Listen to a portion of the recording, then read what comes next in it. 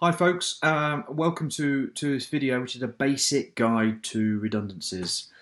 Regrettably, we're about to head into a period where businesses are having to make very difficult decisions, having to consider cost cutting, having to consider right sizing activities in the business. And irrespective of size, for some of those large companies, they'll have done this time and time before and they'll know exactly what they're doing. For a lot of businesses, this will be the first time that you've had to actually take a step back in order to move forward. So, unfortunately, the dreaded R, redundancy word, crops up. Nobody likes doing them. Nobody likes handling them. They're horrible things to deal with. Negative, you're basically firing people, albeit through a redundancy process. So they're not there to feel good about. Having said that, if followed, they can be professional. If followed, people can feel supported through the process. So there's no need to be fearful of the process at all. What has to be done to safeguard the future of your organisation. So here's some very simple tips. The first one, you need to have a clear business justification. Okay, so just because the coronavirus has happened doesn't give you the complete justification. It is, of course, part of it, but is it cost reduction? Is it restructuring needs? Is it there's a part of your business that's actually no longer required? The business justification needs to be sound and needs to stand up, because when individuals are told that potentially they may lose their role, they will challenge your business justification. So rule number one, identify your business justification, make sure it has grounds and it holds up and it's professional and it makes sense. Number two, you select roles, not individuals, okay? Be really, really clear on this. UK legislation means that all of the redundancy justification has to be around the role not being required or there being a reduced demand for a role, and it's not about an individual. So this isn't an opportunity to get rid of Dave, who's that pain in the arse, and we might as well make Dave redundant because no one likes him. You can't do that. Although, if Dave happens to have one of the roles that is being made redundant, that's been identified, then happy days, okay? But it's not about Dave, it's about the role.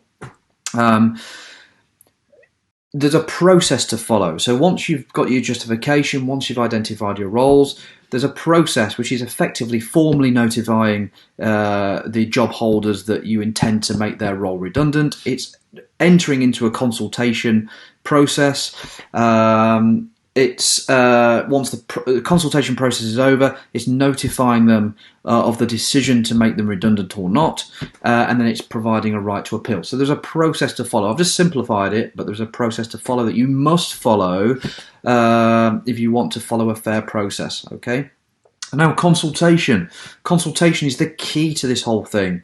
Within the consultation period, it has to be meaningful, which means you have to be consulting in good faith with the employee on the other side of the desk. So you need to take their views and opinions on board. You need to take their challenges and alternative suggestions to the redundancy process on board. You need to explain the redundancy package to them. You need to take them through the process clearly, so that the whole process feels like they're being supported, and they are being supported. Potentially, if you are selecting one role out of 4 of the same role, you may have to do a pooling exercise. So you may have to go through a process of selecting which job holder is actually identified to potentially be made redundant. So the consultation process is the most important part. In addition to that, if you're making more than 20 people redundant over a given time period, you may have to enter into collective consultation. This is a whole new world of danger zone, because potentially with collective consultation, you have to organise the nomination of elected representatives firstly, then you need to enter into a period of collective consultation with those representatives before you can get into individual consultation. So the time frames are extended dramatically through through collective consultation.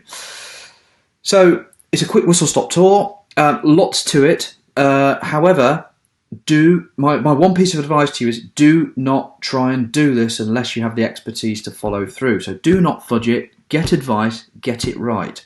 Getting it wrong is expensive and time-consuming. Don't assume that you've been through one consultation before with one individual you can handle a collective consultation. The chances are you're going to need support and guidance. If you need that support and guidance, click on the link below. or email, telephone us, and we'll walk you through it with a free consultation. There's nothing to be afraid of as long as you follow process. Thanks for listening, and I'll hopefully speak to some of you guys soon. Take care.